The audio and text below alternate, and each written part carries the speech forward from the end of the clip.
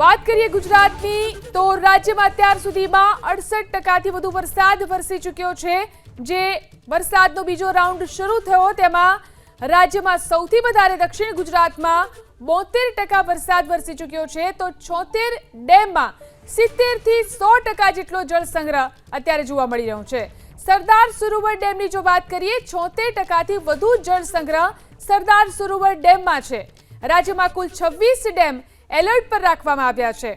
તો જે રીતે અત્યાર સુધીમાં રાજ્યમાં સારો વરસાદ થયો છે, રાજ્યમાં 22 ડેમ અત્યારે વોર્નિંગ પર છે। જળાશયોની અંદર પાણીની સારી આવક નોંધાઈ રહી છે। રાજ્યના 87% થી વધુ ખરીફ વાવેતર પૂર્ણ થઈ ચૂક્યા છે। છેલ્લા 24 કલાકમાં ધોરાજીમાં 3 ઇંચથી વધુ વરસાદ વરસી ચૂક્યો છે। તો જે રીતે સારો વરસાદ સમગ્ર રાજ્યમાં થઈ રહ્યો છે, છેલ્લા 24 કલાકમાં માળિયા હાટીનામાં પણ 2 ઇંચથી વધુ વરસાદ નોંધાયો છે। તો આહવા ડાંગ આહવામાં 2 ઇંચથી વધુ વરસાદ છેલ્લા 24 કલાકમાં વરસી ચૂક્યો છે। તો અબડાસા કામરેજમાં પણ 2 ઇંચથી વધુ વરસાદ નોંધાઈ ચૂક્યો છે। છેલ્લા 24 કલાકના વરસાદી આંકડા છે। 21મી ઓગસ્ટ સુધી માછીમારોને દરિયો ન ખેડવા માટે સૂચના આપવામાં આવી છે। રાજ્યમાં અત્યાર સુધીમાં 68% થી વધુ વરસાદ વરસી ચૂક્યો છે। સારો વરસાદ સમગ્ર રાજ્યમાં થઈ રહ્યો છે, ત્યારે સૌથી વધુ વરસાદ દક્ષિણ ગુજરાતમાં છે।